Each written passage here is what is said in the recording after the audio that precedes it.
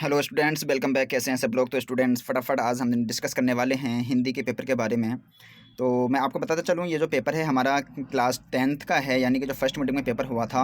आप देख सकते हैं, आपको स्क्रीन पर दिखाई दे रहा होगा जो इसका कोड वगैरह है, सारी चीज़ें आपको दिखाई दे रही हैं।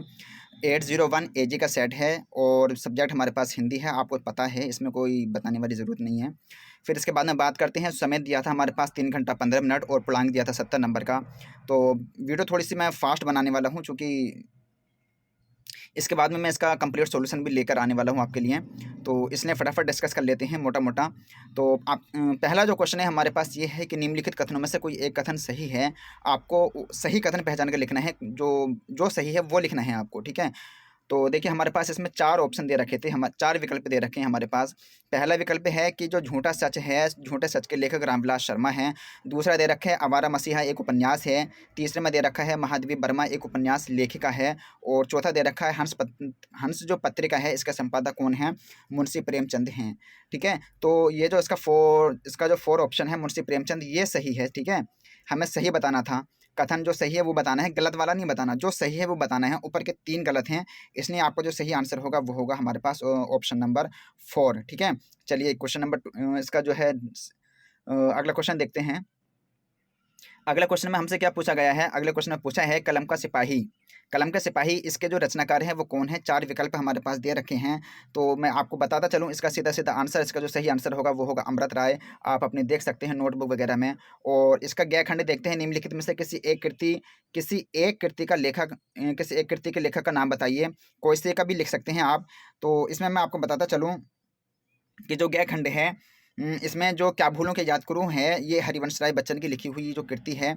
इसका जो आंसर होगा वो होगा हरिवंश राय बच्चन। और बाकी आपने जो भी इसमें लिखा हो आप उसको चेक कर सकते हो, ठीक है? कोई दिक्कत वाली बात नहीं है। और निम्नलिखित में से किसी एक कृति के लेखक का नाम बताना था। और मैं इसका आपको बताता चलूँ कि जो संस्कृति के 4 अध्याय हैं, ये लिखा है किसने? ये दिनकर ने लिखा है। तो आप इसमें से कोई सा भी लिख सकते थे, कोई मैटर नहीं करता है। आपको केवल एक का नाम लिखना था। फिर बात करते हैं घय खंड की, सूरज का 7वां घोड़ा, इसके लेखक का नाम लिखिए। तो सूरज का जो 7वां घोड़ा है, ये धर्मवीर भारती का लिखा हुआ है ये, ठीक है?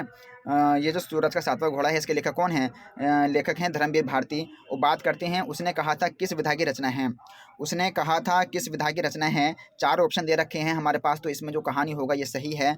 और बात कर लेते हैं भाई रीतिबद्ध काव्यधारा के किन्हीं 2 कवियों के नाम। तो रीतिबद्ध काव्यधारा के जो 2 कवि हैं, इसमें एक तो केशव दास हैं और दूसरा बिहारी हैं, आप लिख सकते हो। छायावादी की और भी लिख सकते हो कोई और, अगर आपको नाम याद आता है तो मुझे जो भी याद आ रहा है मैं जल्दी से आपको बता रहा हूँ। और फिलहाल छायावाद की किन्हीं 2 मुख्य विशेषताओं का उल्लेख करना था हमें। तो छायावाद की किन्हीं 2 मुख्य विशेषताओं का उल्लेख करना है। इसमें हम लिख सकते हैं रहस्यवाद की प्रधानता वगैरह लिख सकते हैं, मानवतावादी दृष्टिकोण था, ठीक है? तो ये चीज़ें लिख सकते हैं आप इसमें। प्रिय प्रवास के रचनाकार कौन हैं? इसमें आपको जो गैखंड में जो प्रिय प्रवास है, इसके रचनाकार आपको अगर पता है तो आप लिख सकते हो। और इसके बाद में हम बात करते हैं प्रश्न नंबर 3 की। प्रश्न नंबर 3 में क्या दिया है, हम देखिएगा, हमें एक गद्यांश दिया है। और इस गद्यांश को हमें क्या काम करना है, देखिएगा 3 भागों में गद्यांश पूरा बटा है, तो 2 नंबर आपको मिलने हैं। किसी एक गद्यांश के नीचे दिए गए प्रश्नों के उत्तर देने हैं। ये जो गद्यांश है हमारे पास, इसमें उपर्युक्त गद्यांश का संदर्भ लिखना है, 2 नंबर मिलेंगे। रेखांकित अंश की व्याख्या करनी थी, 2 नंबर मिलेंगे। उपर्युक्त जो गद्यांश है, गद्यांश में सत्य संगति की क्या विशेषता है, ये आपको बतानी है, ठीक है? और इसके अथवा में आपको ये दिया है, आप इसको पढ़ कर सकते हो। फिलहाल मैं आपको अब ये दिखा देता हूँ, इसका जो अगला पार्ट है। अगले पार्ट में देखिएगा, ये दे रखा है हमारे पास क्वेश्चन नंबर 4, ठीक है? क्वेश्चन नंबर 4 में क्या कह रहा है? ये कह रहा है निम्नलिखित पद्यांश में से किसी एक की संदर्भ सहित व्याख्या कीजिए तथा उसका काव्य सौंदर्य भी स्पष्ट कीजिए। आप देख सकते हो, शीश जटा और बाहु विलास। आप वीडियो को पॉज कर लीजिए, वीडियो को पॉज करने के बाद में खुद से पढ़ लीजिए, कोई दिक्कत वाली बात नहीं है। और इसके बाद में मैं आपको दिखाता हूँ, देखिएगा इसका जो अगला पार्ट है। और ये आप देख सकते हैं, सच्चा प्रेम वही है जिसकी तृप्ति आत्मबलि पर हो निर्भर, त्याग बिना निष्प्राण प्रेम है, करो प्रेम पर प्राण निछावर। तो ये जिसकी भी है आप इसको कर सकते हो। फिर उसके बाद में प्रश्न नंबर 5 का क्या है, निम्नलिखित लेखकों में से किसी एक लेखक का जीवन परिचय आपको देना था। जयशंकर प्रसाद, डॉक्टर राजेंद्र प्रसाद, आचार्य रामचंद्र शुक्ल। हमारे यूट्यूब चैनल पर भी आप जाकर देख सकते हो, हमने जो इम्पोर्टेंट मतलब जीवन परिचय थे वो सभी अपलोड कर रखे हैं ऑलरेडी। और इसमें जो 6 खंड है निम्नलिखित कवियों में से किसी एक कवि का जीवन परिचय, तुलसीदास का भी हमने अपलोड कर रखे हैं, सूरदास का, बिहारी लाल का, सब है हमारे पास। ठीक है, तो आप वीडियो में जाके मतलब चैनल पर जाके जो वीडियो वाला ऑप्शन होता है आप वहाँ से जाकर सारे इसके जो आंसर वगैरह हैं चेक कर सकते हो। और बाकी मैं जो भी इसके आंसर है वो डिस्क्रिप्शन में दे दूँगा। और अगर जल्दी से अगर कोई आंसर अगर गलत हो जाए तो मैं उसके लिए माफ़ी चाहूँगा भई, क्योंकि मैं फ़िलहाल ये तो मैं आ गया हूँ कौन से दूसरे पेज पर वापस आ गया। और देखिए इसके बाद में मैं आपको दिखाता हूँ क्वेश्चन नंबर 6। क्वेश्चन नंबर 6 है निम्नलिखित संस्कृत गद्यांश का संदर्भ सहित हिंदी में अनुवाद कीजिए। ये आप पढ़ सकते हो। और इसके नीचे एक देखिएगा ये श्लोक दे रखा है हतो व प्राप्सी, आप इसको पढ़ लीजिए। और आपको करना क्या है, आपको संदर्भ सहित हिंदी में अनुवाद करना है। फिर उसके बाद में प्रश्न नंबर 7 है अपनी पाठ्य पुस्तक से जो कंठस्थ किया हुआ कोई एक श्लोक लिखना है जो आपको याद हो, लेकिन आपको पेपर में से नहीं लिखना, ठीक है। और बाकी ये 6 खंड में दे रखा है, देखिए कुछ प्रश्नों के आंसर देने हैं आपको। और इसी के साथ में आपको इसका कुछ दिखा देता हूँ। देखिएगा पेज नंबर 7 है, ये करुण रस की और हास्य रस की परिभाषा पूछिए, उसका स्थायी भाव बताना है आपको। उपमा अलंकार अथवा रूपक अलंकार की परिभाषा देते हुए एक उदाहरण देना है। रोला छंद अथवा सोरठ छंद की परिभाषा देते हुए उदाहरण देना है इसका। और निम्नलिखित उपसर्गों में से किन्हीं 3 के मेल से एक एक शब्द बनाना है। जैसे उप से बन सकता है हमारा उपवन, तो इसी तरीके से जैसे सुकुमार बना सकते हो, है ना, सुशोभित बना सकते हो। तो इस तरीके से आप बहुत सारे बना सकते हो। और निम्नलिखित में से किन्हीं 2 प्रत्ययों के प्रयोग से एक एक शब्द बनाने हैं आपको। जैसे ता है अनुरूपता, ठीक है। आई है जैसे अंगड़ाई, हट से बना सकते हो, वट से बना सकते हो। इसी तरीके से आप तरह तरह के शब्द इसमें बना सकते हो, कोई इशू नहीं है। और ये देखिएगा हमारे पास क्वेश्चन नंबर पेज नंबर 8 है, इसका जो क्वेश्चन नंबर 11 दे रखा है निम्नलिखित में से किन्हीं 2 का एक समास विग्रह कीजिए तथा समास का नाम भी लिखना है।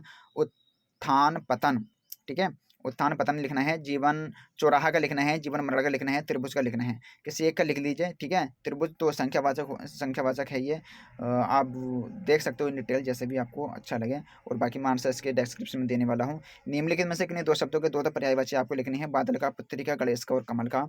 और अलाय खंड में आपसे पूछा क्या है, देखिएगा निम्नलिखित में से किन्हीं 2 शब्दों के तत्सम रूप लिखने हैं आपको, धुएं का, तालाब का, जेठ और आंगन है।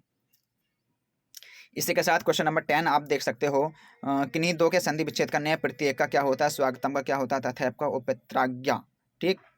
और भाई ये है आपके पास, इसका क्या करना है आपको, निम्नलिखित शब्दों में से किसी एक शब्द का पंचमी विभक्ति एवं बहुवचन का रूप लिखिए। ये तो खैर मुझे आता नहीं है, आप खुद से आप देख लीजिए अपनी नोटबुक वगैरह से, ठीक है। निम्नलिखित शब्दों में से किसी एक के धातु, लकार, पुरुष तथा वचन का उल्लेख करना है। और ये संस्कृत का ही पार्ट है, चूँकि संस्कृत मुझे आती नहीं है इसलिए मैं सॉरी चाहूँगा आपसे। और भाई देखिएगा ये हमारे पास है इसका ज्ञ खंड। निम्नलिखित में से किन्हीं 2 वाक्यों का संस्कृत में अनुवाद आपको करना था। और आप स्क्रीनशॉट वगैरह ले सकते हो, वीडियो को पॉज कर लीजिए, पेपर आपके पास होगा, डजंट मैटर।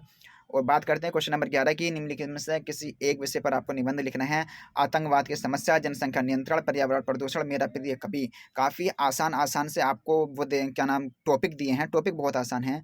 मतलब जिस पे भी आपको व्याख्या, मतलब आपको जो भी निबंध लिखना है बहुत अच्छे, मतलब कहना चाहिए अच्छे बिंदु पूछे हैं। आतंकवाद की जो समस्या है इससे मतलब किस तरीके से निपटा जा सकता है, समस्या को कैसे ख़त्म किया जा सकता है, क्यों ये समस्या मतलब बढ़ती जा रही है आतंकवाद की समस्या। या फिर जनसंख्या नियंत्रण है, क्यों बढ़ रहा है, कैसे कंट्रोल करेंगे।